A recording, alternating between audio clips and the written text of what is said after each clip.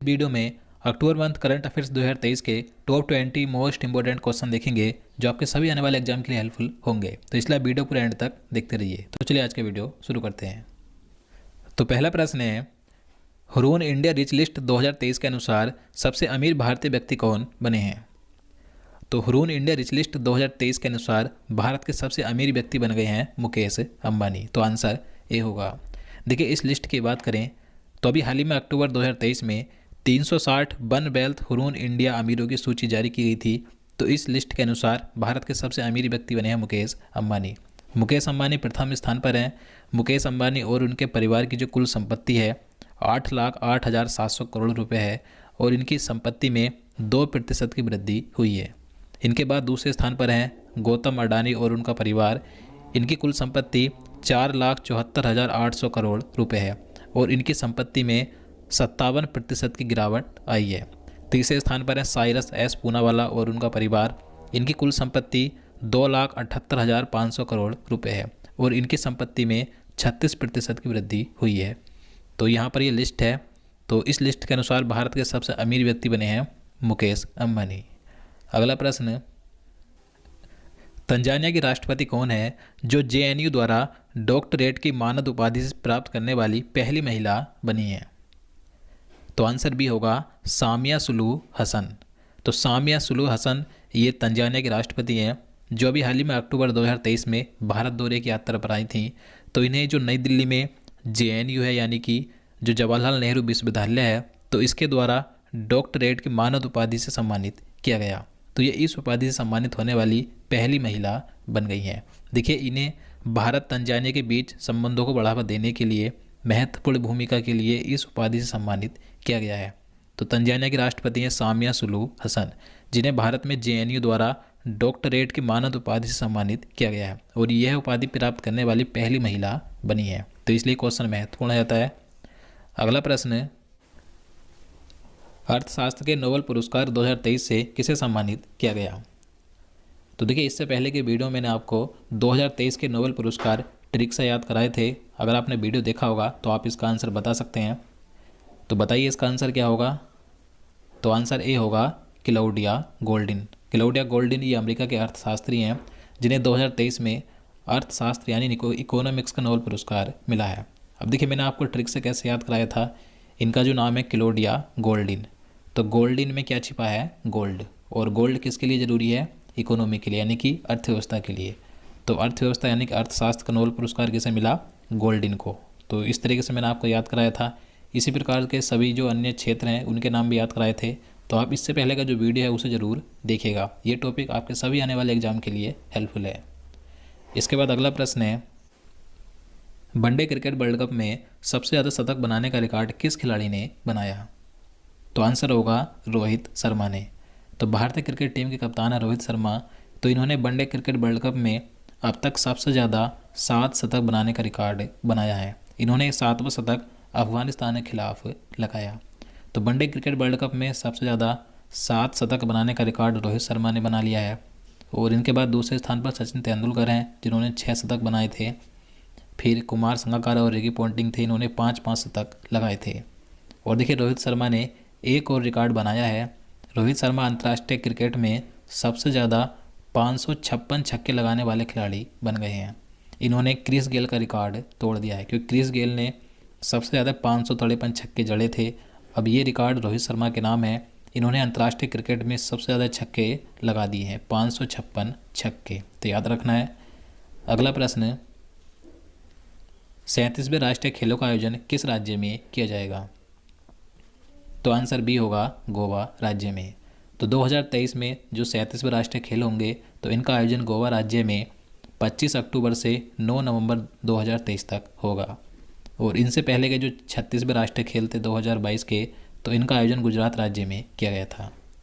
अगला प्रश्न, जियो मार्ट ने किसे अपना नया ब्रांड एम्बेसडर नियुक्त किया है?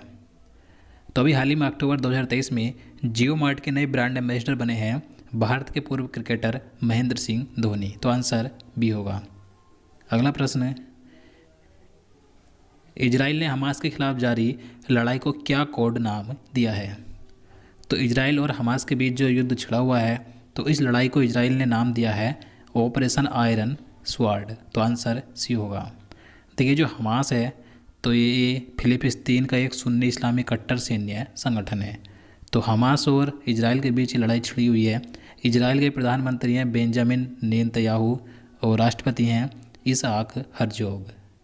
अगला प्रश्न, इजराइल में फंसे भारतीयों को वापस लाने के लिए चलाए गए अभियान को क्या नाम दिया गया? तो देखिए इजराइल और हमास के बीच युद्ध चल रहा है, तो इस बीच इजराइल में जो भारतीय फंस गए हैं तो उन भारतीयों को भारत वापस लाने के लिए भारत सरकार ने ऑपरेशन अजय अभियान चलाया है। तो आंसर ए होगा, याद रखना है। अगला प्रश्न, 19वें एशियन गेम्स 2023 का आयोजन कहाँ किया गया? तो आंसर भी होगा हांगझोउ चीन में। तो देखिए 2023 में ये जो 19वें एशियन गेम थे तो ये 2022 में होने थे, लेकिन कोविड-19 के कारण इनका आयोजन नहीं किया गया 2022 में। तो अब इनका आयोजन 2023 में किया गया था, लेकिन ये 2022 में होने थे। तो 2023 में इनका आयोजन चीन के हांगझोउ शहर में हुआ था। इनका आयोजन हांगझोउ चीन में 23 सितंबर से 8 अक्टूबर 2023 तक किया गया। अगला प्रश्न, एशियन गेम्स 2023 में भारत ने कुल कितने गोल्ड मेडल जीते हैं? तो एशियन गेम्स 2023 में भारत ने 28 गोल्ड मेडल जीते हैं। तो आंसर सी होगा। भारत ने एशियन गेम्स में टोटल 107 पदक जीते, जिसमें 28 गोल्ड, 38 सिल्वर और 41 कांस्य पदक शामिल हैं। तो याद रखना है। अगला प्रश्न, एशियन गेम्स 2023 में प्रथम स्थान पर कौन सा देश रहा? तो 2023 के एशियन गेम्स में प्रथम स्थान पर रहा है चीन। तो आंसर ए होगा।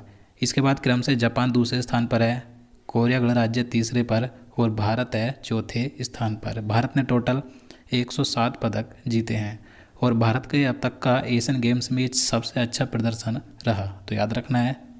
अगला प्रश्न, विश्व एथलेटिक्स ने इस वर्ष के एथलीट ऑफ द ईयर के लिए किसे नामित किया है?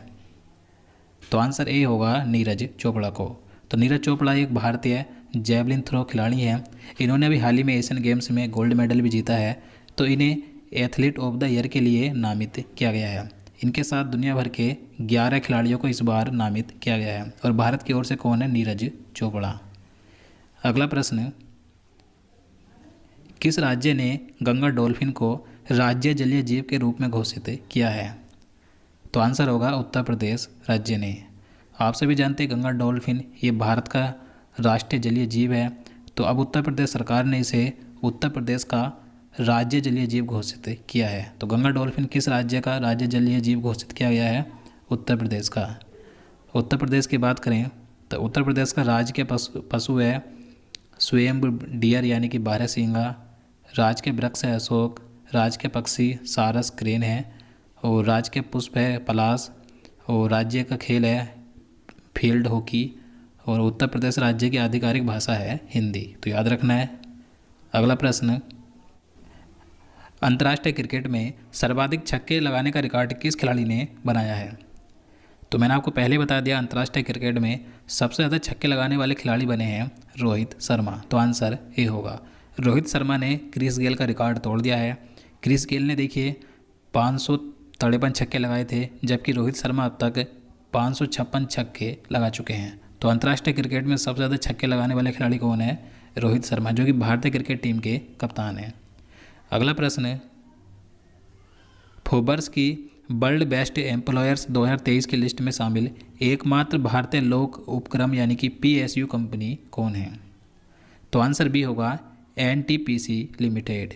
तो देखिए फोर्ब्स की जो वर्ल्ड बेस्ट एम्प्लॉयर्स 2023 की लिस्ट है, तो इस लिस्ट में जो भारतीय लोक उपक्रम है NTPC लिमिटेड, तो ये एकमात्र भारतीय लोक उपक्रम है जिसे इस लिस्ट में शामिल किया गया है।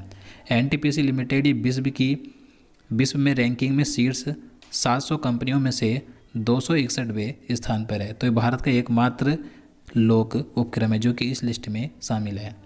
अगला प्रश्न, Indo American chamber of commerce के राष्ट्रीय अध्यक्ष के रूप में किसने पदभार किया गया है? NTPC लिमिटेड ये विश्व में रैंकिंग में शीर्ष 700 कंपनियों में से 261वें स्थान पर है। तो ये भारत का एकमात्र लोक उपक्रम है जो कि इस लिस्ट में शामिल है। अगला प्रश्न है, Indo American chamber of commerce के राष्ट्रीय अध्यक्ष के रूप में किसने पदभार ग्रहण किया? तो अभी हाल ही में अक्टूबर 2023 में Indo American chamber of commerce के राष्ट्रीय अध्यक्ष बने हैं पंकज बोरा। तो आंसर बी होगा। नेक्स्ट क्वेश्चन, 16वें कृषि विज्ञान कांग्रेस का आयोजन किस शहर में किया गया? तो 2023 में अक्टूबर 2023 में 16वें कृषि विज्ञान कांग्रेस का आयोजन केरल के कोच्चि शहर में किया गया था। तो आंसर ए होगा। क्वेश्चन नंबर 18 है, G20 पार्लियामेंट स्पीकर्स समिट यानी P20 का आयोजन कहाँ किया गया? तो आंसर ए होगा, नई दिल्ली में। देखिए, आप सभी जानते हैं 2023 में G20 की अध्यक्षता भारत ने की और 2023 में G20 का शिखर सम्मेलन भारत की नई दिल्ली में आयोजित किया गया था।